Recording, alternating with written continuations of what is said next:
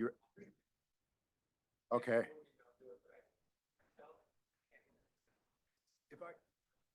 That would be more powerful to do that. So yeah, I'll BCC you when I do it. So, okay. Okay. Okay, so welcome everybody. My name is, I'm Jeff Silvestrini, in case you didn't know that. Andrew Gruber asked me to chair this meeting because the chair and vice chair and Andrew are out of town. So without objection, as the appointee to this board by the Air Quality Board, I will chair the meeting. So it's Thursday, April 25, 2024, at about 1:33, and this is the Transportation Coordinating Committee, or TRANSCOM, of the Wasatch Front Regional Council. So let's start, I guess, by going around the table and doing introductions. And Rosie, you want to start? Rosie Hernandez, Wasatch Front Regional Council. Jordan Chandler, WFRC. Kip Billings, WFRC. Nate Curry, WFRC. Joe Smolka, Immigration Canyon. Dan Dugan, Salt Lake City. Wayne Benyon, WFRC staff. Ed Knowlton, WFRC staff. Beth Holbrook, UTA. Sherry Bingham, Mayor of Hipper. Steve Gale, Morgan City. Andrea Olson, UDOT Planning. Kendall Draney, UDOT Region 2. Ben, do you want to go? Ben Withrich, Wasatch Front staff. Brooke Stewart with Weber County. Jade Bozen, Kimley Horn. Miranda Jones Cox, WFRC. David Mitchell, Davis County. Matt Ryan, WFRC staff. Seamus Gueda, WFRC staff. Okay, I think that's everybody in the room. And then I see we have Rex Harris from the Federal Highways, Kevin Van Tassel, Lauren Palmer, Marcus Stevenson, Mike Wickers. I'm trying to read the fine print. I may have to ask somebody to help me with that. I can't do it from here, sorry. Mayor Harris from Bountiful. I'm not sure if we missed anybody. Mayor Hall. Mayor Stevenson. Commissioner Fackrell.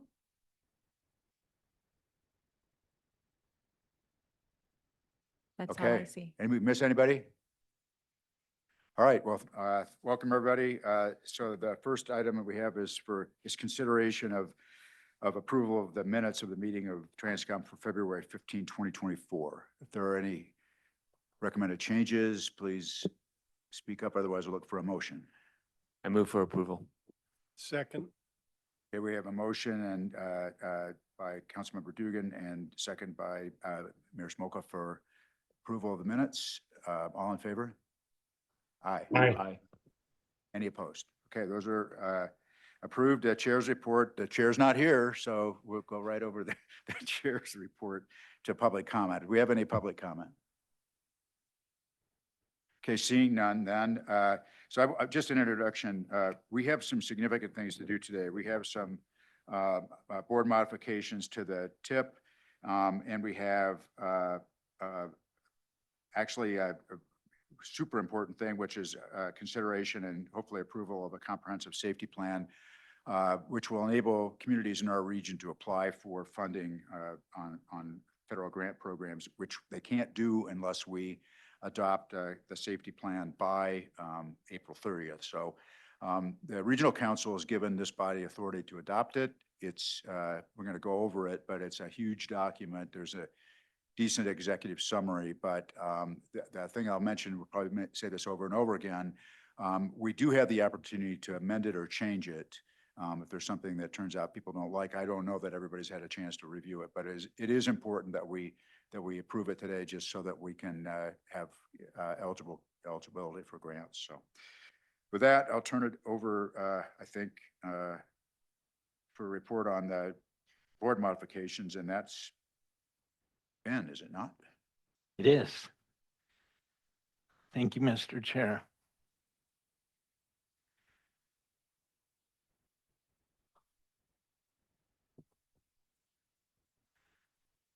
So members of Transcom, thank you. This is a great meeting. It's a special meeting, an opportunity that comes only once a year. But as we initiate our discussion here on the Transportation Improvement Program, or the TIP, I want to remind you that we're currently functioning under the 2024-2029 Transportation Improvement Program. That's important as we move through the board mods, because a little later, we'll show right here, as the chair reported, there's a report on the approved board mod that the council took action on in March. Then we have a new board modification to bring before this body for your review and approval. And then we get an opportunity to review new projects to be included in the draft program of the 2030 Transportation Improvement Program. So, Mr. Chair, if it's all right to go right in 4A. Yep, go for it. Thank you very much. So to begin, to remind you, the Transportation Improvement Program is a 6-year program of highway transit and active transportation projects. It implements the long-range plan, it meets our short-range needs, and it also addresses the short-range needs of the Wasatch Front. But it is a dynamic document that, because of the dynamics of the project funding, or new projects or changes in projects, we have a board modification about every time we have the opportunity to meet. So today, as a report to you, so that you're aware of the actions that have been taken on the Transportation Improvement Program, back in March, the Regional Council was asked to amend the Transportation Improvement Program, the 2024-2029, with a list of projects. Those projects are included on 2 tables that are in your meeting materials, along with the resolution with the approval of the Regional Council. This item is an item for your information, and if there's no questions on this, we'll move right on to 4B. Is that all right? Yep. Thank you. So in item 4B then, we have the opportunity for a board modification for the 2024-2029 TIP. This is a table that's identified in your meeting materials that identifies just one project in this board modification, and we'll review that project quickly for you. So it's a project in Salt Lake Valley. It's a request from Riverton City, and it's on 134th South. It's bike lanes between 27th West and 3200 West. Currently, this facility is a 5-lane section road from a travel lane against the curb or gutter across to the other side of the road, which also has a travel lane that goes right up to the curb. The intent is to widen this facility on the south side so that bike lanes on both sides can be added to the project. So essentially, here we go, kind of the outline of the improvements, but maybe zooming in right here. Currently, right now, we have 0 on the side for bikes. Then we have 2 11-foot travel lanes going west. We have a center 12-foot lane. Then we have 2 travel lanes, 11-foot, that travel east. And then again, 0 for the bike lane. The proposal is to have a 5-foot buffered bike lane on the north side, a 10-foot travel lane, a 10.5-foot travel lane next to the center lane, which would be a 10.5-foot, and then a 10.5-foot travel lane going east next to a 10-foot travel lane going east with a 5-foot buffered bike lane on the west side, south side. So essentially what this project is a request for additional funds. As they got into the project design, identifying the need to be able to take that shoulder that's on the left-hand side there of the picture, the south side of the facility, so that the whole facility could slide over. It'll widen the roadway to create the bike lanes, but there was an increase to construction due to the increases in the materials, labor, as well as construction cost. The additional project cost would add almost $1 million plus. Well, it would be more than $1 million added to the project, making the total project estimated cost at $1.5 million. They're requesting $600,000 from the SDP program and then the city's bringing 439,000 plus to the project, making that the city is providing about 42% of the project in a match, and the remaining 58% is coming from the federal program. That would be all that's part of this board modification. Okay, is that it on that one? That is, yes. Okay, are there any questions for Ben on that? On the bike lane, does it, the other sections of the road from 2700, does it already have a bike lane? And this section just happens to be missing the bike lanes? Well, that's an excellent question. They're actually working on that as part of their bike path. They've got bike paths that come in there at 32nd and at 27th, but then it changes going on the east and the west of this project. And did they look at other, like a protected bike lane, or were they just going to add the bike lanes instead of a protected bike lane? As It'll be a buffered bike lane, so there'll be a double stripe with the space between the stripes. Okay, thank you. Any other questions for Ben? If there are none, then I would look for a motion to approve the resolution to modify the 2024 to 2029 Transportation Improvement Program as requested. I move we approve the, as said. Second. Okay, we have a motion by Councilmember Dugan, seconded by Mayor Smolka to approve that. Any further discussion? All in favor? Aye. Aye. Any opposed? Okay, that's approved, Ben. Wonderful. Thank you. Move on to item 4C. Thank you, Mr. Chair.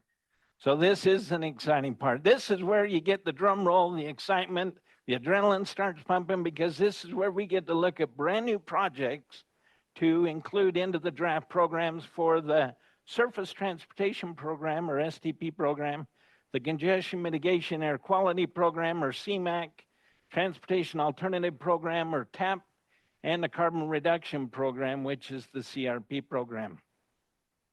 As we present here, well, let's go through this part first. Let me tell you where we got, or where we've come from and where we're at. So back in September, we sent out a request for letters of intent from all of the local governments, as well as the Department of Transportation and UTA. These letters of intent essentially identify a potential project, Project X, which will accomplish the Y, and it estimated to cost this amount. That's a simple amount of what the letter of intent really is. Then from that letter of intent, staff does a real high-level eligibility review and makes a recommendation back to that potential project sponsor to prepare a project evaluation concept report, which is essentially a fancy name for an application. That application then is due back to us in the early part of December. And then from that middle part of December through the month of January, February, and March, we are going through an evaluation process. That evaluation process includes open conversation with that potential project sponsor. It includes a road trip or a road review with the TAC committees in February. And it also includes an on-site field review where we have representation from the county, representation from Federal Highways, from UDOT, from UTA, and our staff, and on occasion from your own cities come and participate on that project. Once we have that information, then we prepare everything together. We go through as a staff, we identify what staff, with all of this information, what staff feels makes a good project for the amount of funds we have available, where we would think it would be wise to use funding for. That information then is taken to the technical advisory committees, which is made up of the city engineers, public works, and other officials, and we present this information to initiate a conversation with the TAC committees. They make conversation and then make a recommendation as to what projects ought to receive funding for this next go-ahead, with the intent to get the most out of the dollars we have available. That happens at the end of March. Then we bring that information to you, the technical, or to Transcom in April for your review and recommendation to include those projects in the draft programs. That information is then taken to the regional council during the month of May in their May meeting. They approve that. We go back as a staff and prepare the draft 25-2030 tip, bring that back to this body for your review and recommendation that we go out for public review and comment during the month of July. Any information we receive then, we bring that information back in our August meetings and we present that information to you. Then you make recommendation to the regional council. Regional council then approves the 25-2030 tip, and then it's submitted to Federal Highways and Federal Transit for their review, along with the statewide transportation improvement program and the other 3 MPOs tips. All that gets reviewed by the Federal Highway and Federal Transit during the month of September, and then come October 1, we have a brand new transportation improvement program, but we've already started the next cycle back in September. So that's kind of how our wheel goes, and we'll just keep going forward here. So in the Salt Lake or the Ogden-Layton area, you can see the dots on the map. These are the locations where the projects were that we went on a field review to see. There was actually 51 projects, and those projects, the total estimated cost was well over $440 million. That was the total of all the ask for those projects. That's a big ask. 31 of those projects was for STP funds, and those totaled more than 110 million, and we had an available amount of 8.5 million to program. 6 of those projects were for the CMAQ program, totaling more than 11.8 million. 8 TAP projects totaling more than 6.6 for 1.6 available fund, and 6 CRP projects totaling more than 11 million. So a significant need, not all the needs in the area, but of those eligible projects that submitted concept reports. In the Salt Lake area, you can see here where the dots are across the valley. We had 58 projects in the Salt Lake area totaling more than $583 million. 30 of those projects were STP, 11 were CMAQ, 10 were TAP, and 7 were CRP program. And you can see the amount of funds we had available to program: 24.4 of STP, 7 million of CMAQ, 2.6 million of TAP, and 2.5 million of CRP. Well, that's a lot of information. Well, what happens? Well, we send out these forms. There's the applications, there's the emission analysis forms, and there's the cost estimation form. We send that out to the project sponsors, and they submit all of this information back, which provides us a whole bunch of data that we can measure against data, because we're asking the same project: how big is your project? How many people use this facility? What condition is this facility in? What are the safety factors? Whatever is necessary. Every project is answering those questions, so that in the STP funds, we can compare all of those projects, oranges to oranges, from the data we collect. The same with the CMAQ, same with the TAP, and the same with the CRP. Well, then when we go out on a field review, we collect additional data. So we've got all of this information, and that enables us as a staff to bring the information to the technical advisory committees as to what projects would be a good project. So we've got the distribution of scores, which has been calculated by the data that was presented. So say if they had so many cars on this road, they would get X amount of points for that facility.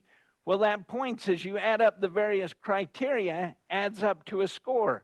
So we've got a score of every project, and we rank those projects according to the score from high to low.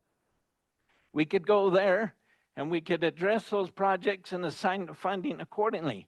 However, each of you know that there's other reasons why a project ought to be selected. There's other reasons why things maybe ought to not quite in the norm, or maybe you can't measure everything about a particular project.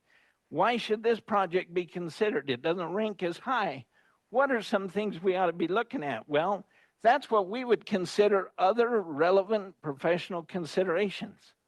Some of that information is like the field review comments, or equity of funding. How is our funds distributed over the geographical area? We've got the sponsor's project history. That's pretty important because if we got one sponsor sitting on a whole bunch of projects, they're not moving forward. That kind of ties up our federal program. That hinders all of our projects. And besides, the longer we wait, the more a project costs. Well, then we've got project synergy. What's happening with this project? You know, the old saying, two heads are better than one. You know, there's the sum of the total is more than the sum of the two totals together, right? Is where the synergy comes in. Project timing efficiencies, complete systems, and matching funds. So these are other professional considerations that you really can't put a number to or a point to. And so, well, that's really cool, but how does that work? How do you tie those together? Well, we've got a little object lesson that kind of helps us understand or gives an illustration of how this might work. And with your permission, we'll go through an example here. Okay, so. Might be a tasty example. It might be something like that. So we're going to use these two bowls projects, okay? And we're going to call one project A. Project A, just so we don't mix him up. And project I thought B. it was chocolate and banana split, but. Okay, so there's our projects. Now, when you get two projects out there without any information of them, they both look like they could accomplish whatever task they were given, but we've got nothing to determine is one better than another. So that's when we begin to collect some data. So let's put some data in this. Let's get some data. Oh, look, they submitted some data. So we've got some data.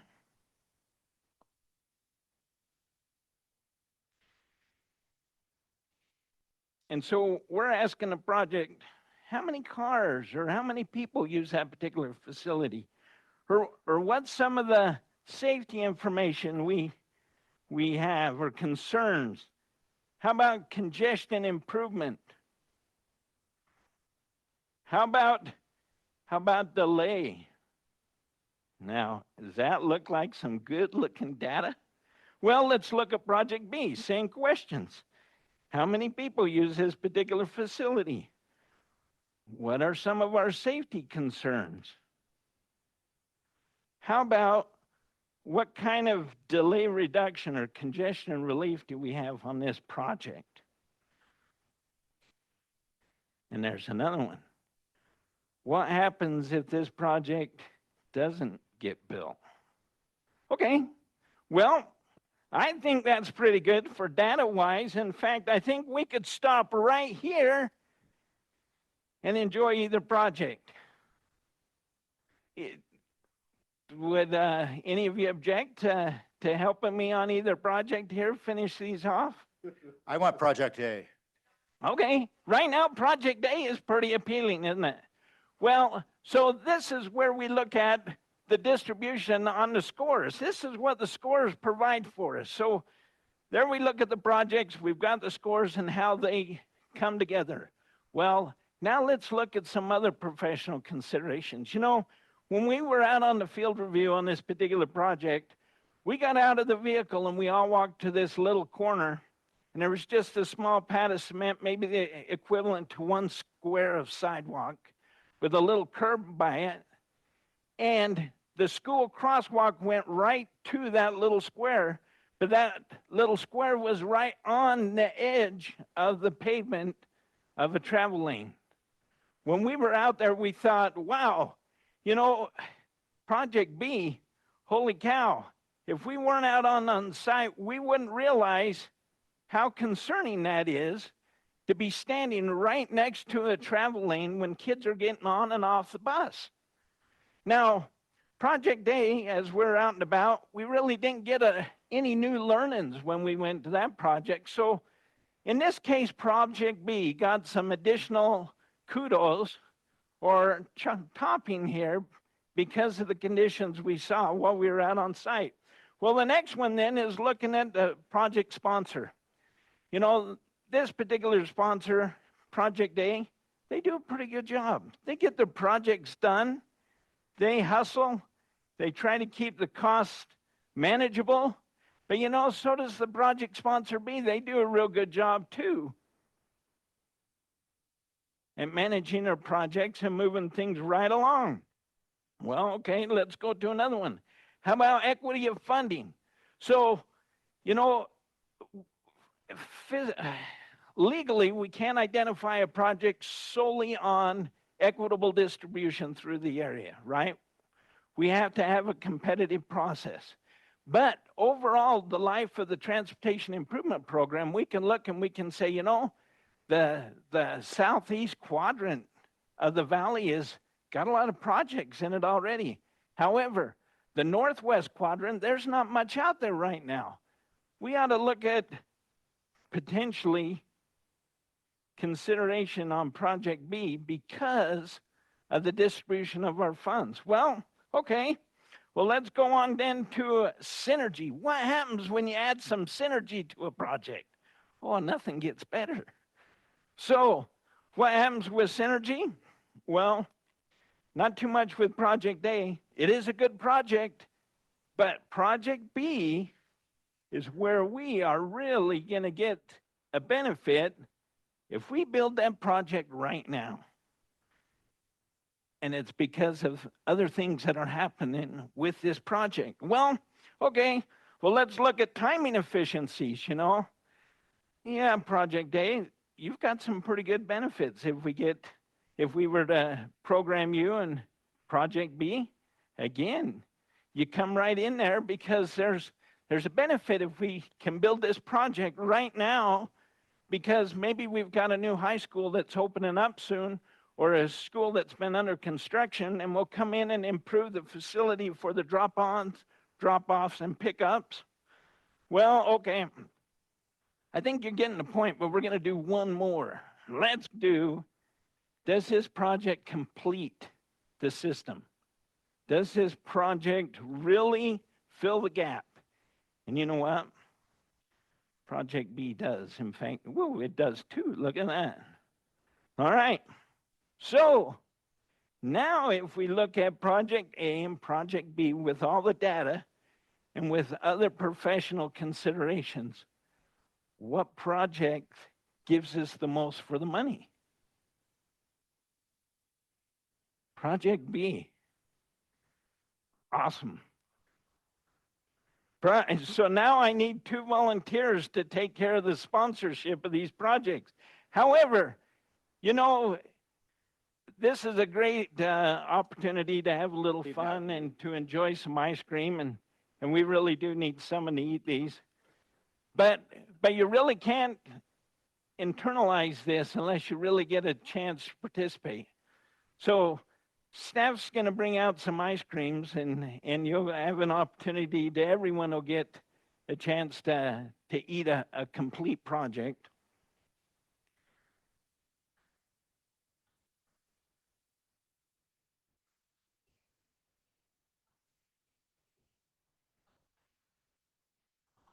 Can you use your microphone, please?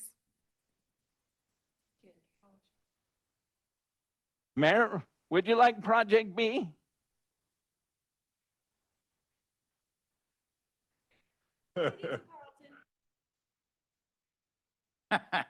I need a volunteer. Well, B was my Joe's GPA volunteering. in college. Can I, Who's got Project A?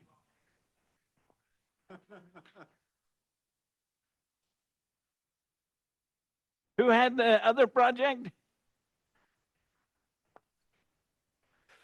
If you need additional professional considerations, we can add some. Chocolate.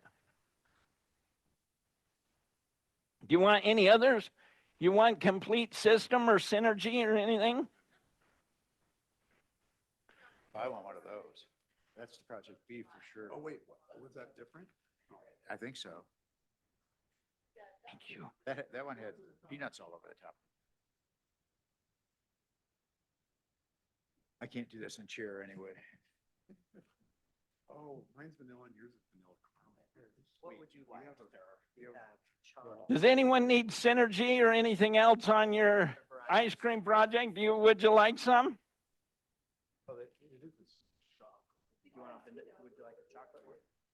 No, that's okay. I'll let you drive. Thank you. There, yes. Anybody else? Do you want?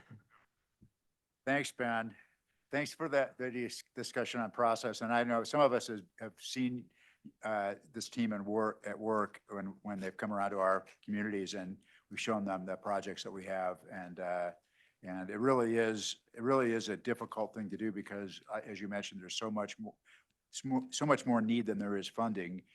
So I'm glad to know that we aren't being completely objective about this, and we're actually balancing some of those other factors too that can make a project more valuable, perhaps to the general region than it might otherwise appear based upon some other score. So good work, and I think given the fact that I think Transcom and also the Regional Council have accepted these recommendations over the years is really a reflection on the fact that you guys do good work. It's easy to agree with what you've come up with. Thank you, Mr. Chair. Thank you. Can we proceed on then? Is that all right? Yep. To move Yep. forward? What's that? Well, just wait. We can pass the cherry jar around and all of you can. So as we move forward then, looking at the distribution of project scores and the other relevant professional considerations, we want to draw your attention then to the meeting materials that you received that has the tables of all of the projects. And I feel real bad. Mayor, where you can't have ice cream, would you like some nuts or cherries? Oh, okay. In your meeting materials, what we have is a summarized score sheet for each of the programs. Now, the way this is identified is the projects are listed in the data score from highest to lowest, okay? But the projects then are highlighted or recommended are the ones that are highlighted in yellow, and then the amount of funds that were recommended for the project by the Technical Advisory Committee are listed to the right on the table. So we've got that for the STP project. You can see we've got the name of the project, the from and the to, the project length, the estimated project cost, the federal ask, the local match, what kind of facility, and then the project description, and then the scores. If you were to look at the CMAQ program, it's laid out just the same. The TAP program, we'll come back to that. It's laid out the same, and so is the CRP program, so that you can see that the projects that are highlighted in the yellow are the ones that are recommended. Now, the TAP program, you'll notice right on the top tab of the TAP program, we have a red bar, a green bar, and a blue bar. That's because in the TAP program, there's actually 3 categories of projects that we can evaluate. But rather than have a whole process for one project and have multiple tables, we've got them combined into one. So if the project is highlighted in blue, it's a capital project. If it's highlighted in green, it's a Safe Routes to School project. And if there were any planning projects, they would be highlighted in the red. And so here's the Safe Routes to School scores. Here are the capital scores pertaining to the project. But that information is all included in your meeting materials. So in the STP program, Mr. Chair, am I all right to go right into the programs then? And if it's okay, we'll do each program and then pause for your approval and recommendation to the council per program. Sure. Okay. All right, with one adjustment, and we'll get to that in just a second if it's okay. But so in the STP program, the Surface Transportation Program, there were 7 projects recommended in the Ogden-Layton urban area.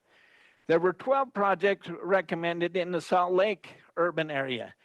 Those 7 projects totaled $10.5 million. The 12 projects in the Salt Lake area totaled $24+ million. Now, just to draw some attention here before we move forward, you'll recall that when I introduced the STP program, I said there was only 8.5 million to program, so we're 2 million. We'll talk about that in just a second. So running through the projects then, on the ones that were recommended, I first want to go through a couple that you're very familiar with, because this project was brought to this board last fall. The intent of this project coming to the board was, this is a couplet, or there's a one-way on Chimes View, which goes west, and 40th Street goes east, and it's a couplet.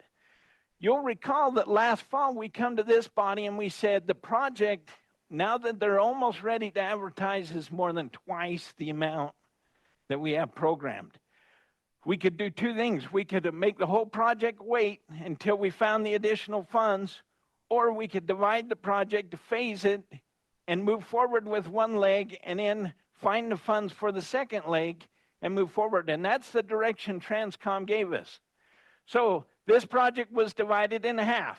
Chimes View, this leg, plus the design, plus the environmental, plus the design, and all the right-of-way was taken care of with phase one. So phase one now is preparing to go to advertise. Phase two now is the one that we're searching for the additional funds. So we presented this, they prepared the concept report, we presented it to the TAC, and the TAC recommended, good job, we recommend you move forward. We're gonna recommend $2 million to initiate this project moving forward to find the other funds. The next project is a project in Bountiful. This is the old Bamberger Bridge. You might be familiar with it. The intent is to totally remove that structure and then bring the roads at grade. So Second West, you'll see in the little picture there, Second West currently goes over Fifth West in an old bridge. And so they'll pull out the bridge, they'll bring Fifth West up to Second West level, and they'll make a full intersection here. Project estimated to cost $8 million.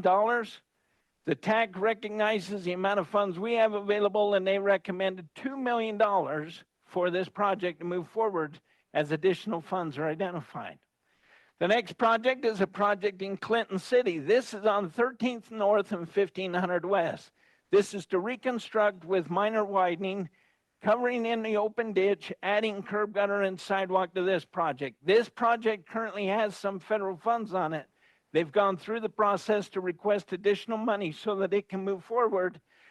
And the TAC recommended the full $1 million that was requested so this project could move forward. The next project is in Farmington City. This is a project on Main Street, SR 106, between Shepherd Lane and Park Lane. Now, this is another project that this body has seen a couple of times. They're still short on funds on this project. So they've gone through the process, submitting a letter of intent, a concept report to come in and ask for the additional funds so that this project could advertise and construct. When we presented this to the TAC committee in consultation with the city has a project currently on the program that's partially funded that's actually another section of SR 106. It's a section further south. This one, because of the federal process, has had so much extra work done into it that the city says they would surrender the program we have on SR 106 further south. It's called 200 East. They would surrender those funds that we already had programmed, which is $2 million. They'll send, upon the approval of Transcom, we'll send a letter requesting that project come off the program. Then we'll be able to take the 1.5 million of that 2 million and program it towards this project so this project can be completed. Then they'll worry about the other project and complete it with other funds outside of the federal realm. So the TAC recommended that we program the $1.5 million for this project. The next project is a project in West Point. This is on 700 South. This is to reconstruct with minor widening a very narrow facility with a new junior high being built on the corner underneath the picture here. It's a great big junior high, and there's an elementary school being built a little further to the north. The request was for 3+ million. The TAC recommended that we program 1.5 million, and then they also go after additional funds.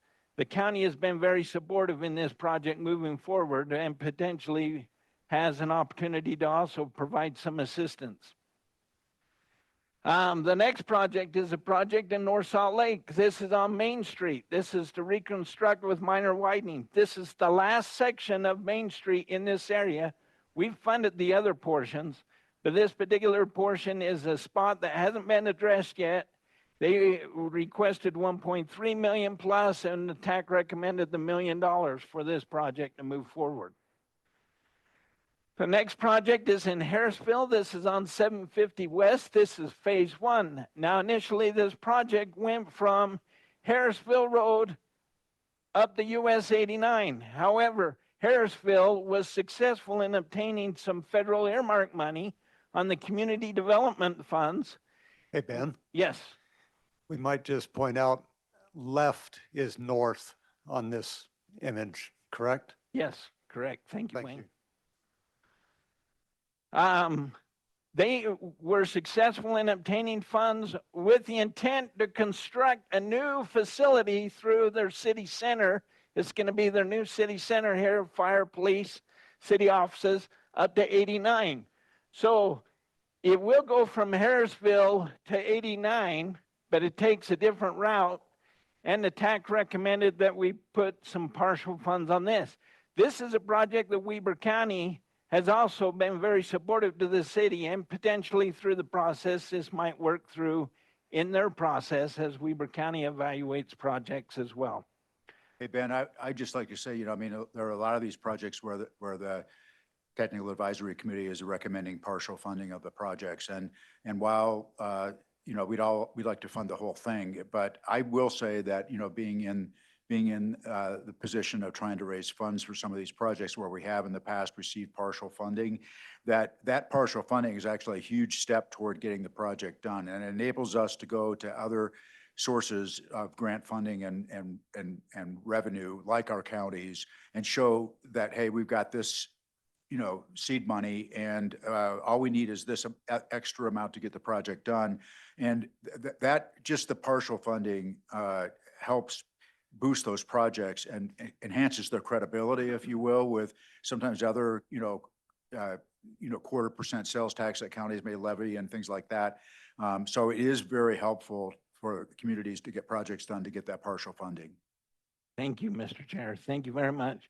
And we've been very fortunate. We've got Brooke with Weber County, who our programs have worked very well together, and there's been a lot of opportunities to seed money for projects. And so thank you very much for that input. And Davis County, what? Yes. And there he is, brand new. Sorry, Matt, right? David, dang, close. By this much. That's how, thanks. Yes, and Davis County as well, and Salt Lake County as well, not to leave anybody out. We're grateful for the partners we work with, and thank you for pointing that out, Mayor. So that was all of the Ogden-Layton projects, those 7. Now we'll quickly go through the Salt Lake and maybe, yes. Hey, Joe, can you use your mic? Thanks. On the Farmington project, don't we have another one funded there for UTA Front Runner, right in that same area? Don't we have a new station There. coming in the Farmington area there? There's not a new station. Are you talking about Station Park area? Is that? I think that's what, and we funded some going into there. So we did fund money at one point to do the station there, but there's not any current funding from STP. Was that your question? I was just thinking these two projects were kind of pretty close together there. Is the alignment of the South Davis connector to the Salt Lake? I don't know where it connects in. Yeah, no, that's a good question. So the Davis Salt Lake connector actually connects east So think where Lagoon is at, and that is east of the freeway. And as that freeway also curves around, and that's the Park Lane and Shepherd Lane, that is part of that, expansion of that as an interchange, a full interchange for Shepherd Lane, but that's not the same as the station. Okay, so they're a little further. Yeah. Okay, thank you. Thanks, Ben. Thank you, Mayor. Thank you. So moving into the Salt Lake ones then, and we'll move a little faster here. So we're not nodding off now with a little sugar. If you need more ice cream, there's more in the freezer. So into the Salt Lake City, 1300 East, this is another project that this body has programmed funds for. We needed additional funds so this project can move forward. They requested $5 million and the TAC recommended the 3.5 million to move forward on this project. The next one is a project in Mill Creek City. This is on 20th East. This is to reconstruct with some minor widening to take care of an open ditch that's on the west side of the facility and put curb gutter and sidewalk along this road. Project funds requested was 2.6 million and the TAC recommended 1.5 million for this project. The next project is in Murray. This is on 5600 South. This is a reconstruction project between 9th East and 13th East. This project will also address curb gutter and sidewalk, especially where it's missing. The estimated request was for 3.8 plus million. The TAC recommended 2.5 million for this project. Next project is a project in West Valley City, Taylorsville. This is on 3900 South. Bike lanes is what the project's entitled, but it's also roadway improvements. What this will do is rehabilitate the road, construct a bike lane as well as sidewalks and a 10-foot path. This project estimated request was at 6.8 million and the TAC recommended $2 million for this project. The next project is a project in Riverton. This is on 1300 West. You might recall 1300 West through the Salt Lake Valley has been identified as our bike route west of I-15. This particular project is between 131 and 137 South. The funds requested was for 8.2 million, but the TAC recommended the initial seed money there of 1.4 million. The next project is a project in Magna. This project has been before this body as well. This project is a realignment of this intersection here at 27 South and 8000 West. The request was for 2.2 plus million so that this project could move forward and advertise. The TAC recommended the full requested amount. The next project is a project in West Valley on 7200 West between 4100 South and 3900 South. Estimated cost is 5.9 plus million. They requested 5.5 million plus. The TAC recommended that we put $2 million towards this project moving forward. The next project is new construction in Harriman on 6400 West between 126 and 121 South. This is estimated at 9 plus million. The funds requested was 6.5 plus million and the TAC recommended 2.7 to seed this project moving forward. The next project is in Magna. This is another project tied to the other project. They're tied together now. This is for widening of 8000 West with curb gutter and sidewalk. This project is also short and needs to move forward. The TAC recommended that we program $1.5 million, encouraging them. This is one where they specifically encourage that they go after county right-of-way funds to help with the project cost on this one. Another project is in Draper City. This is on Pioneer Road between 1650 East and Highland Drive. This is to take this 2-lane facility and widen it to a 3-lane cross-section with curb gutter and sidewalk, requesting 4.2 plus million and the TAC recommended 3 million for this project. The next project is a UTA TechLink Tracks Environmental and Concept Design Project. This is to expand our light rail system here. The request was for $2 million for this portion of the project, and the TAC recommended the full requested amount of $2 million. The last project of the STP funds is this project on 13th East. This is unincorporated Salt Lake County area. It's a T intersection with Galaxy Drive. Now, Galaxy Drive is a east-west facility, 13th East course north-south. This is to eliminate the left turn movements off of Galaxy Drive on the 13th East. This is one project when we were out on site, looking at it in Google, not a big deal, not a problem. They can handle this.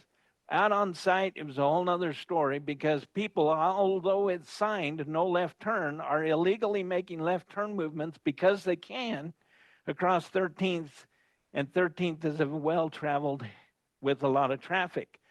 Well, $80,000, you say to yourself, you lose that in a federal project, you lose that in just the CE or the construction management or the project management, and you'd have nothing to, but out on site, this is the advantage of being with great folks from the department and Federal Highways and UTA and others and the counties. We get input and we strategize how we can make something like this happen. This has such a significant safety concern that on site we says, hey, if we can put some federal funds on this project, it's not a state facility. But with that amount of money, potentially what we'll do is switch our federal funds out, move state funds in, and we can build the project faster and cheaper and create a safety improvement that will save lives. And so this project was recommended at the full 80,000 plus it was requested. So that's all of the SDP funds. I failed to mention, and Mr. Chair, there's one thing I want to, on the projects too, not only do some of these that are underfunded or partially funded projects, but in our program too, as opportunities happen, we can bring projects up faster, reducing those years of inflation, and the project costs less as well. So if we get things moving quick, we can bring them up through the program. So the shortfall may not really be there, or if it is, it's a lot smaller than what's illustrated on just the numbers alone. Okay. Back to you, Mr. Chair. Thanks, Ben. Any questions for Ben? Carlton? And I'm sure the TAC thinks about this, but is there a point in time where some of the federal requirements are such that the project, I mean, even though it's $1 million is still $1 million, but is there a point in time when you just say, for the extra hurdles you're driving through, you really are better off looking for something else? But I know that's hard to tell somebody that. I just wondered, is there a point of diminishing return? Thank you. There's a couple of times that happens. In the very beginning, when we're doing that high level evaluation of the letters of intent, we'll identify that and we'll make a note, consider looking at other funds or too much you request, or however we feel to help that project sponsor be successful. Then there are opportunities, and we haven't exercised it as much in the south end as we have in the north, but there are opportunities when we get the exchange funds where we can actually exchange out the federal funds and use non-federal funds on a project. There's a cost included in a process, but we're able to get a lot more. And we've done that quite a bit, especially in conjunction with the county, and it benefits us as well. Yeah, I mean, I was going to say UDOT has been a good partner on trying to exchange state for federal funds on projects that I'm familiar with that can save 30–40% of the cost on that. And when they have the ability to do that, they've been super cooperative about it. Yes, thank you. They've been amazing. We're very fortunate. We work with the best. Yeah. And that's one of the other things. I mean, we talk about this frequently at the regional council level or otherwise, but Utah is unique that way. There are a lot of states where when we go talk to their MPOs or whatever, where they don't, communities are saying, our Department of Transportation won't even talk to us, and we don't have that type of problem here. Everybody's working together towards the same goal to try to resolve the growth problems and get the best bang for the buck on the monies that we do have. So, okay, if there aren't any other Chair, questions for Ben, I guess I would. Just a comment, Oh, Mr. sure, Chair. Joe. Ben, I went and sat at Galaxy Drive, and I think that project is very needed. Like you said, it's got a lot of safety concerns there. Thanks for looking at that. Thank you, Mayor. So I look for a motion then to recommend recommend approval to the regional council of the projects that we've discussed here. They be added to the draft 2025-2030 surface transportation program. I'll So make a moved. motion to approve as presented. I'll second. Okay, we have a motion and a second to recommend approval of these projects. Any further discussion? All in favor? Aye. Any opposed? Okay, that carries. Thank you, Ben. Now I think we want to talk about the CMAQ program, congestion mitigation air quality program, and go ahead and take it away and talk about these projects. Thank you. Thank you. And Mr. Chair, if it's okay, maybe because the CMAQ and the CRP are so closely related, can we maybe look at both of those Certainly. to the same time? Yeah, so the carbon reduction program is what you're talking about. Yes, yes. Right. Thank you. So we'll start out then going through the CMAQ, the Congestion Mitigation Air Quality Program. So we had 3 projects recommended in the Ogden-Layton urban area totaling 4.4 million. We had 5 projects recommended in the Salt Lake urban area totaling more than 6.8 million. So going through those projects in a fairly quick manner, we've got an expansion to the Ogden City Bike Share Program. They were requesting 589,000 plus, and the TAC recommended 400,000 moving forward to be able to expand that system. The next project is a project in Clinton City. This is a pedestrian under or overpass. It is yet to be determined over SR 108. A very busy facility, and this will put a trail comes right up. Peds or bikes got to go a half mile either direction to use the signal, or they just run across. So this facility here, they were requesting $2 million, and the TAC committee recommended the $2 million request. The last project in the Ogden-Layton area is for the Davis Salt Lake connector construction. This is for that connector between Farmington City, which is close to where we were, Mayor, that will go all the way up to the University of Utah Research Park. The request for this project was for $5 million, but due to the amount of funds available, the TAC recommended the remaining $2 million that we had available. That moves us into the Salt Lake area. The first project request is a project in the South Jordan. This is for the Jordan River Trail connection to the Front Runner Station. This will go from the Jordan River Trail over to Fifth West.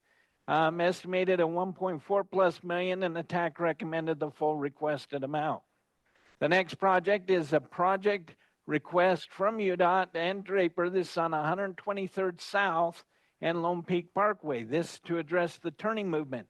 You can take the southbound, I-15 southbound ramps and come off, and then to move all the way across 123rd to turn left again at Lone Peak. The idea of this project is to address the turning movement off of the ramp, which backs up close to onto Mainline, and then address the dual movements there at the intersection there at Lone Peak Parkway. The request was for 4.1 million. UDOT come back after looking, says, hey, we're looking for funds as well on this, and they were able to identify the funds and said, look, if we can get anywhere between half or a sliver more, we'll be in good shape. So the TAC recommended in the CMAQ funds 1.5 million towards this project. The next project is a project in on the Salt Lake side for the Davis Salt Lake connector construction between Farmington City and the U of U and the Research Park. On the Salt Lake side of things, the TAC recommended $1 million to coincide with that 2 million from the Ogden-Layton area. Then we have a request from Salt Lake City. This is for a T intersection up on Sunnyside Avenue. This is to take an at-grade T intersection and construct a roundabout in this location. That funded request is $762,000, and the TAC recommended the full requested amount. The next project is an intersection project in Sandy. This is on 110th South and 10th East. This is to take an existing at-grade four-leg intersection and construct a roundabout.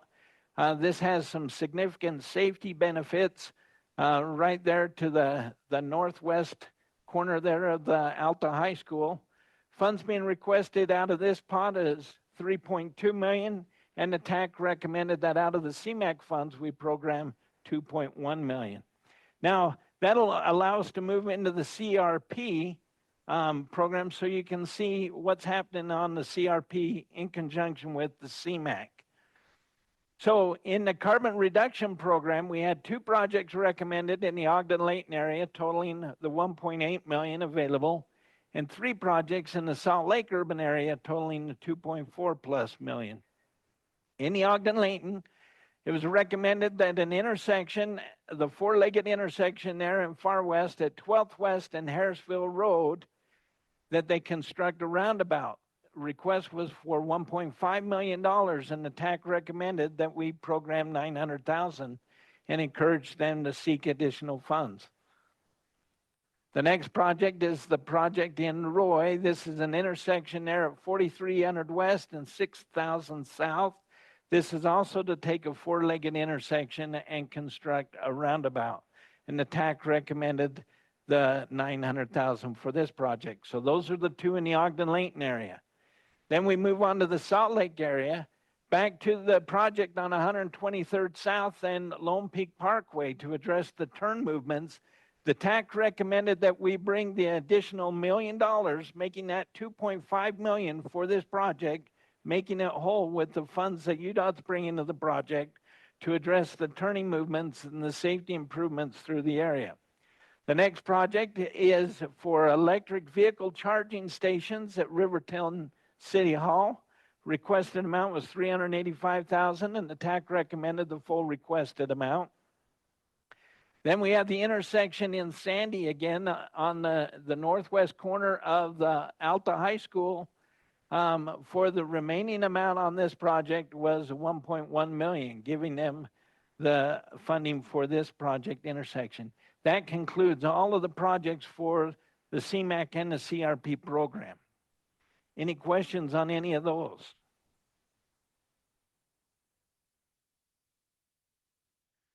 If there aren't any questions, then I will look for a motion to recommend to the Regional Council that we approve these recommended projects be added to the 2025-2030 Congestion Mitigation Air Quality Program and the draft 2026 Carbon Reduction Program. So moved. Okay, we have motion and second. Any further discussion? All in favor? Aye. Any Aye. opposed? Okay, that carries. Thank you. So Ben, now let's look at the TAP program. Wonderful, thank you. So moving into the TAP, then we had 5 projects recommended in the Ogden-Layton urban area totaling 1.5 plus million.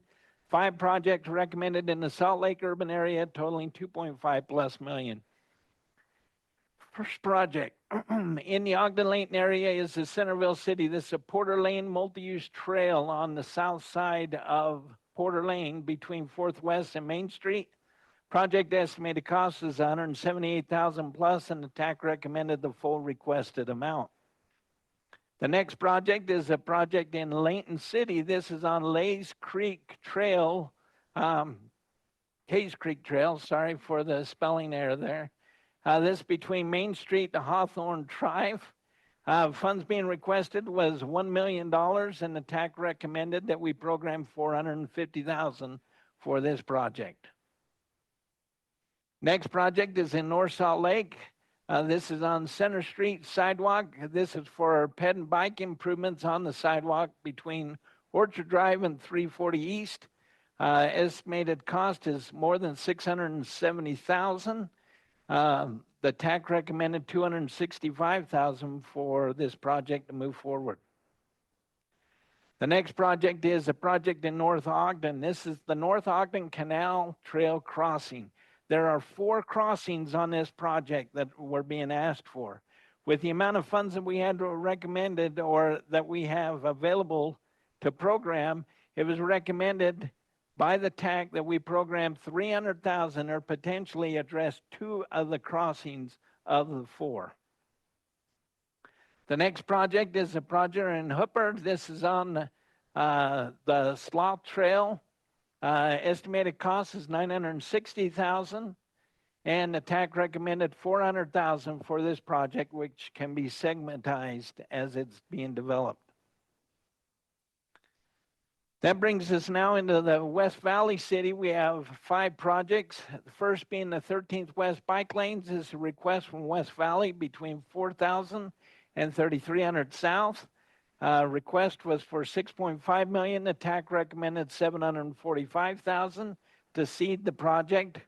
Next project is in White City. This is a Safe Routes to School project on Larkspur Drive between 7th East and Carnation Drive.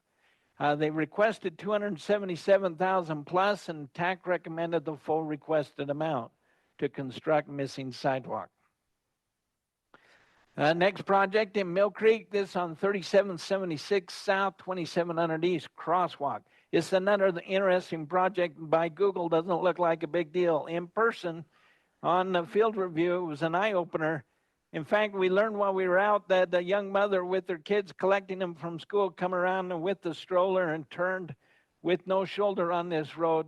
The wheel of the stroller caught and she rolled her baby out on the road.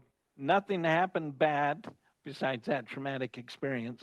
But the baby was all right. But it was a real eye-opener that we wouldn't have got from Google or anywhere else if we weren't out on site. Funds requested was 376,000 plus. TAC recommended the full requested amount. The next project is in Holiday City on 27th East, Pet Improvements. This is phase 2 between Morningside Drive and Melanie Drive. Funds requested was 905,000. TAC recommended 700,000 for this project. The next project is an expansion on the green bike here in the Salt Lake area. However, this is a little different than expansion. Our green bike system now has been around for quite a while, 10 years. And some of those early facilities are wearing out and decaying and falling apart. These funds, unlike the CMAQ funds, TAP funds can be used to replace. So these funds that they're requesting is to replace old kiosk bikes and parts that are no longer available. And so the request was for 459,000.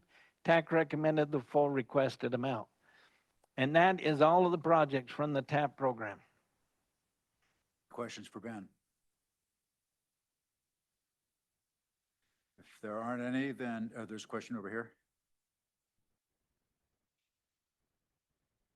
Ben, in the previous meetings, the holiday project for sidewalk was requested to be extended on the scope to 4,500 South. Just want to make sure that's reflected in this meeting as well. Thank you. As we move forward, is that all right? Yeah. Okay. Thank you. Boy, spelling errors and limiting errors. Sorry about that. Another ice cream? Yeah.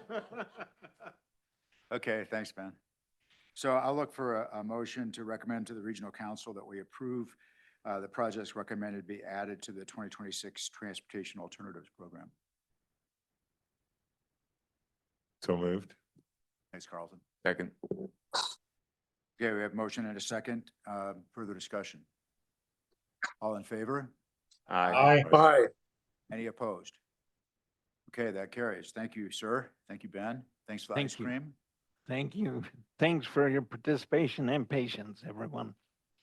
Okay. Thanks for the ice cream, by the way.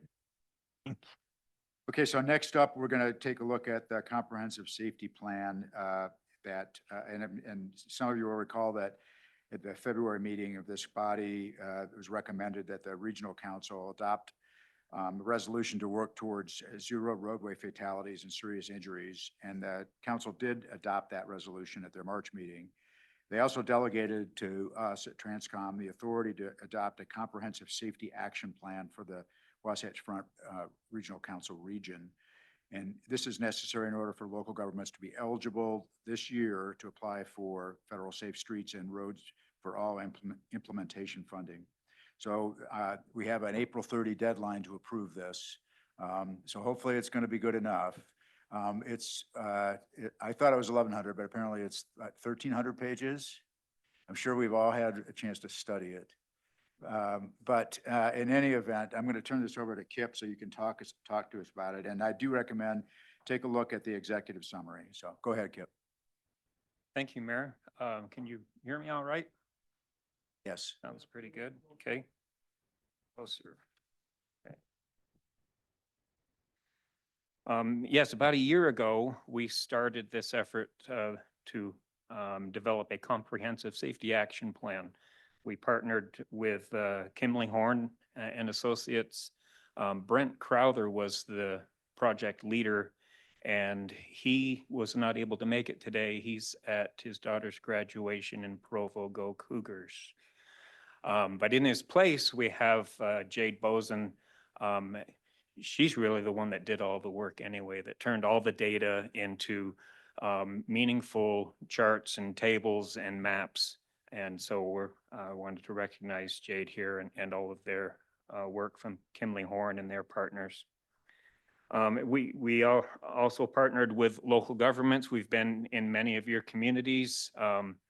We covered the entire area with 2 different rounds of workshops, and all of you were invited. We got a lot of good feedback that way. UDOT and UTA were also involved in this process.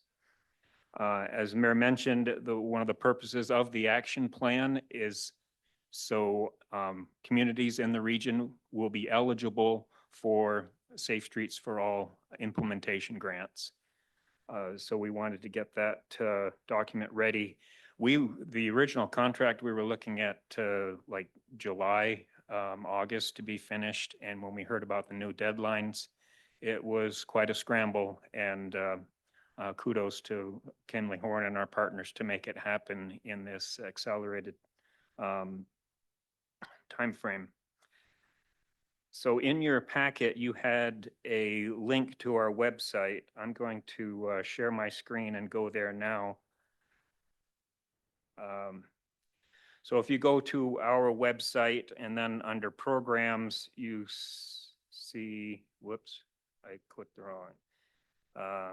Comprehensive Safety Action Plan will take you here. So this is the link you should have had in your packet. And I wanted to take you kind of on a tour of this website, hopefully not as eventful as a Universal Studios tour, but just to give you a sense of what's available. Are you going to have ice cream? No ice cream. The ice cream's already been served. So on our website, we've got this link to the story map. We'll come back to that a little bit later. That's a key part of what's available. We have this executive summary. As the mayor said, this is maybe a good place to start. About 20 pages to give you an idea what's contained.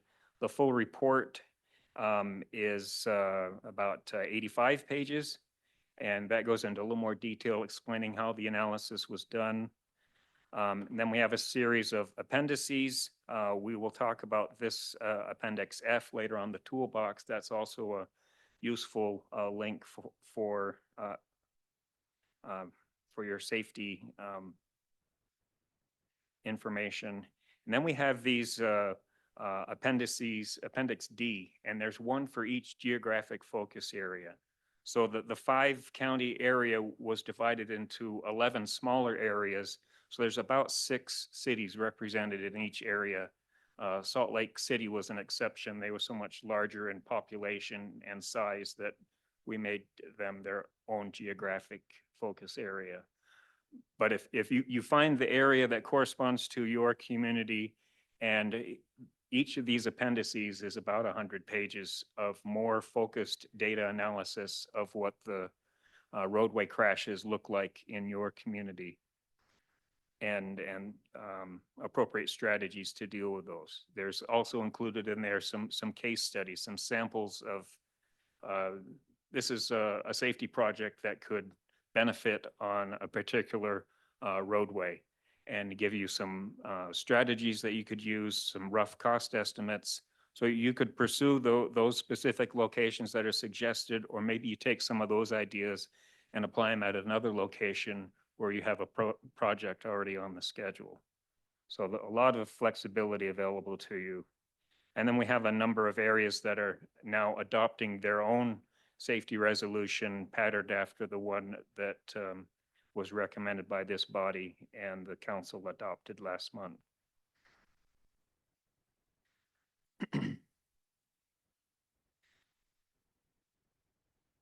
So in this plan, the first few chapters talk about, how the analysis was done. And then the safety resolution that was adopted is included in this document. So that reflects this area's commitment to safety. The overall purpose, as stated, was to help you be eligible, provide you with the means to make safety improvements to roadways in your community. We intend for this to be a living document that will be updated periodically. We also intend for this to be a go-to resource. If you've got a roadway project, maybe has nothing to do with the Safe Streets for All grant, but you have a roadway project on the schedule, we would hope you would consider this as a resource that you would look at to see how you could enhance the project that you're considering and make it a safer project. So let me go to up here in the executive summary.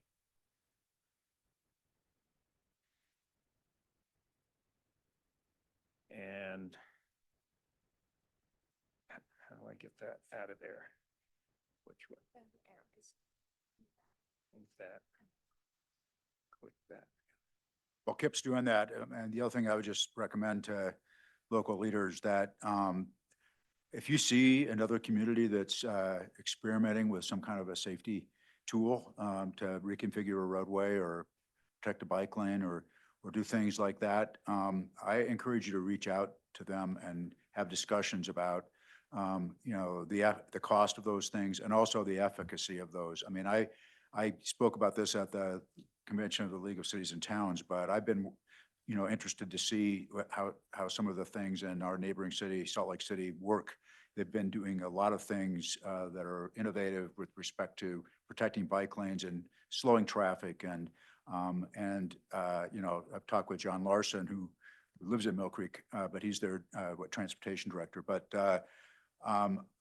as a smaller community with a smaller budget, I'm interested in learning what works and what might not, and what we can copy. And this is a collaborative effort. And I think, John has offered to share data with us. I really want to know things like, does it actually work to post a 20-mile-per-hour speed limit in residential areas or not? We'll do that if it works, right?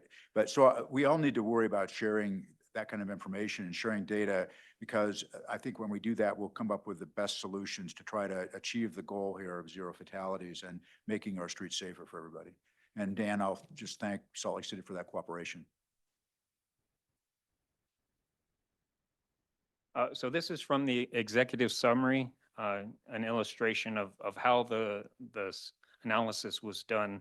There was an examination of this crash data that's recorded by UDOT in 4 different ways. One was to look at the crash emphasis areas that UDOT has identified, also looking at how the crashes on one facility compare to others in the region. Is it much higher than expected or not? A look at the attributes related to the crash, is the number of lanes or the speed and so forth. Another analysis used the U.S. Roadway Assessment Program, which is a video analysis of the roadway, identifying safety attributes that exist on the road and whether certain attributes are missing or not. So these last 3, and it really becomes 4 different analyses, were combined to develop what the consultant has called, what we're calling the composite risk composite network for safety needs. So that's kind of highlighting if the same segments are showing up in two or more of these analyses, then we're adding some emphasis to those. The safety analysis also looked at, as I mentioned, the emphasis areas. We borrowed that from from UDOT. They've divided those emphasis areas into the risk factors related to the driver, those related to the roadway, and then there's another category called special users, such as pedestrians, cyclists, and motorcycles. So this column here is the UDOT score statewide, and we've highlighted the top 3 risk factors or emphasis areas. The intersections, as you would expect, that's where crashes are frequently found. Roadway departures, surprisingly, is the second highest risk factor, that vehicles leaving the roadway, hitting fixed objects. Those tend to be violent collisions. And then number 3 was speed related. Well, this next column here, this is the Wasatch Front region, the 5-county region that we reviewed. And the first 3 factors line up very well with what we see in the state. Then when we look at each individual focus area, the first 3 are somewhat the same, but we get some issues with motorcycles. We found that in Morgan County, and I think the other one is in North Davis. For whatever reason, we're seeing issues with motorcycles in those areas. Pedestrians showed up as a higher risk factor in the 2 most urbanized areas, Salt Lake City and Ogden. And then we have some issues with teen drivers in some of the communities. So those are some differences. And another one worth highlighting, it's not shown with in the top 3, but statewide, the lack of seatbelt use is number 5 on their list of risk factors. Well, for whatever reason in the Wasatch Front urbanized area, we're doing much better with seatbelt compliance, and it's number 9. But when you go across, you see, again, there's some of the more rural areas drop down into that top 5. I don't understand why that tends to be an urban-rural phenomenon, but the state has made the same observation. Let me show you real quickly. I promised to show you. See, how do I make that small? No, I want to make it small. There we go. Okay. So Appendix D, again, I mentioned this is where you get into more detail about your specific geographic focus area. So if you only read 2 parts of the study, the executive summary and maybe the appendix corresponding to your area, that would give you a really good idea of what's happening there. Now I want to get out of this. Yeah, oh, we can go. Yeah. Yeah, thank you. I just kind of one general comment on that last slide with the, speed intersections as being, 1 and 2.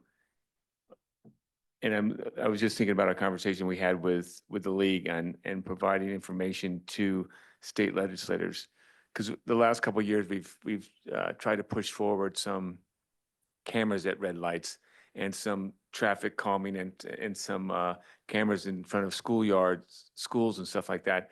And we keep on getting some pushback from different legislators on the reasons why we don't want to have cameras. And frankly, I don't buy the reasons, but, taking that slide there, that graph, and saying it's number 2, number 1, intersections and speed. And I think those 2 marry together, right? We have a lot of red lights, people running red lights, and they're speeding.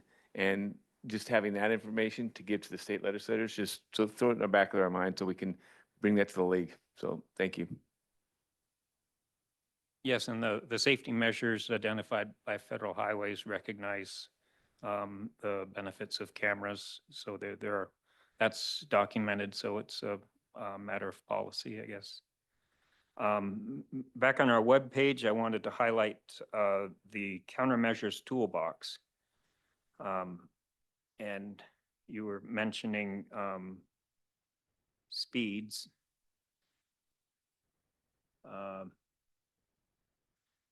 Oh, yeah. That's getting a little bigger. Okay.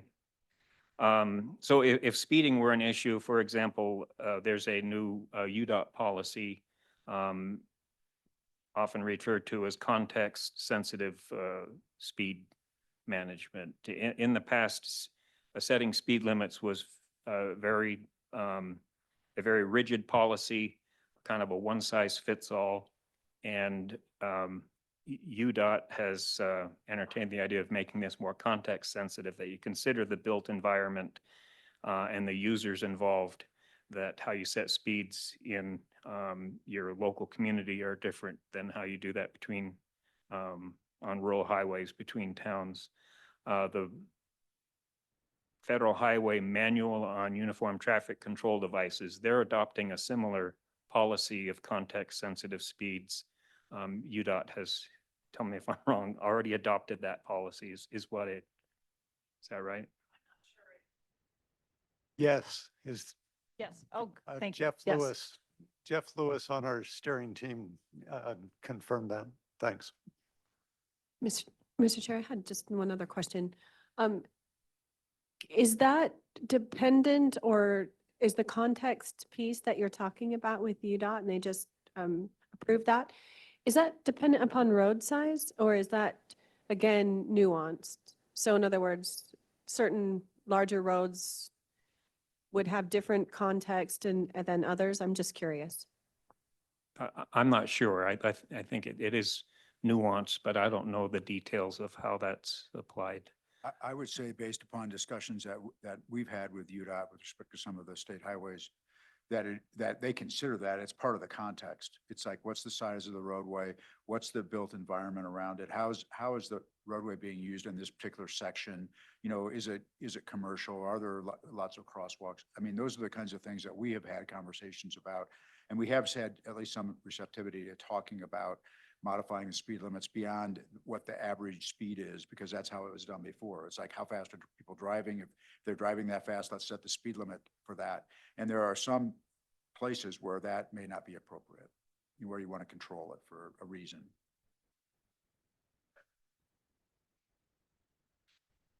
I mentioned earlier the story map. Just refer to that quickly so you can see what that makes available to you. There's a number of maps that's showing the different geographic focus areas. I mentioned there were case study projects that are identified. This map shows that. We'll come back to that in a second. And here's a map of each of the 4 crash analyses that were done.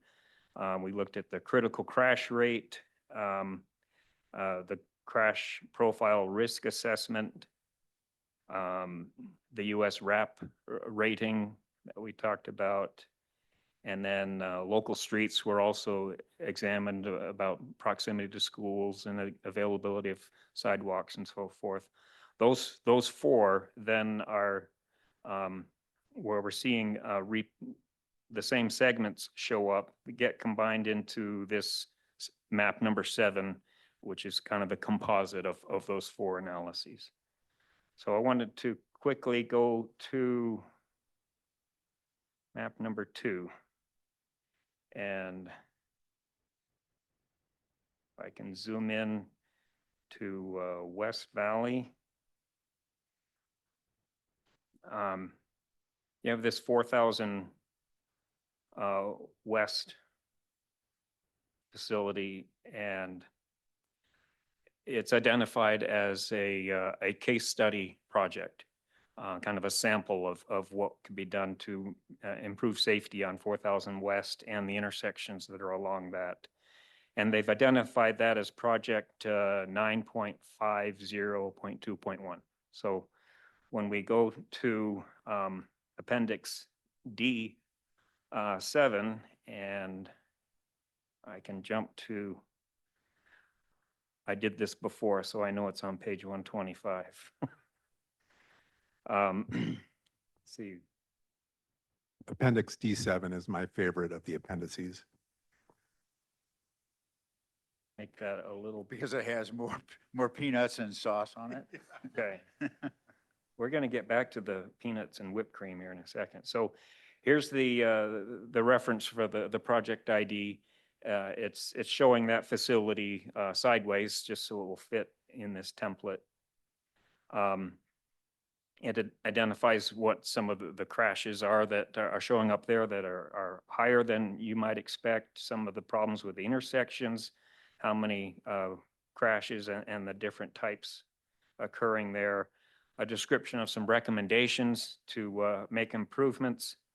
And then here we get into some very specific improvements if you wanted to improve safety, some traffic calming with lane narrowing. Now, when I first heard of that, I thought they were talking about cutting the asphalt back, which doesn't make a lot of sense, and that would be more cost. Really, it's often just choosing how wide you stripe your lanes. And as the lanes become narrower, as you were suggesting, John Larson was talking about encouraging traffic to drive slower, not just posting a different number on the side of the road, but make the facility encourage compliance with that speed limit. So, I mean, there's been research on this about drivers' perception about how fast they feel comfortable driving. So yeah, you're right. Even painting the striping of the side of the lanes narrower, even if you're leaving more space on the side of the road for strollers or bikes or whatever, you give the driver the perception that it's a narrower, smaller roadway. And we've documented at least a 2-mile-per-hour reduction on Jupiter Drive by doing that. So. And another application of that is using an 8-inch line instead of a 4-inch line. As a driver, you perceive, wow, there's big lines and they're encroaching in, although you have the same amount of asphalt as before, but it feels like you want to drive more carefully. And there's other suggestions on intersections, left turns, so the protected phases, things like that can greatly enhance the safety at intersections. That's one of the big challenges. So that, I think, concludes my tour. Again, the 2 points I wanted to emphasize: that this is a living document. We intend to update this periodically, and also to report back to you, at least on an annual basis, on how we're making progress in the results of making safety improvements and the number of safety elements that we've been able to add to the system. And secondly, we want you to regard this as your go-to resource whenever you're entertaining a project in your community, that you consult this for some suggestions to improve safety. If I could borrow from Ben's analogy, the whipped cream, if you consider the whipped cream as the safety that goes on top of your project, in the past, we've had to use the imitation whipped cream, the hydrogenated oil with the corn syrup whipped together, and we didn't have a whole lot of it, so we kind of doled it out very sparingly. Well, now we've got a refrigerator stocked full of real dairy whipping cream in the spray cans, all ready to go. So that's how the safety action plan fits with the ice cream. I think that's the answer to safety right there. You got it. Yeah. So, and the other thing I want to point out, I mean, as we mentioned this before, it can't be overemphasized, but if you go through this and you see things that need to be modified, things that need to be added, if there's anything that's wrong, on page 11, second sentence in the first paragraph, it says WFRC anticipates making periodic modifications to the plan to address additional information as becomes available. So this is a living document, and but it is super important to be able to get the funding that's available, that we get on with it and approve it today. So, any other questions for Kip? All right, then, I hope I get a motion to recommend to or to adopt it, actually, because the regional council delegated this to us, to adopt the Wasatch Front Regional Council Comprehensive Safety Action Plan in substantially the form presented. Mr. Chair, I move that we adopt the comprehensive safety action plan as presented. Second? Motion by Councilmember Dugan, seconded by Mayor Smolka to approve the safety plan. Further discussion? All in favor? Aye. Any opposed? Okay, that's approved. Fire away, we can go for money now. So thanks for your work on that. And I would thank the consultant on this too. It's a big document, but the parts that I've looked at it are impressive and it's thorough. So thanks. Okay. Is there any other business that we need to attend to today? Then everybody's favorite motion, right? Motion to adjourn. All in favor? Second. Okay, we're adjourned. Thank you, everybody.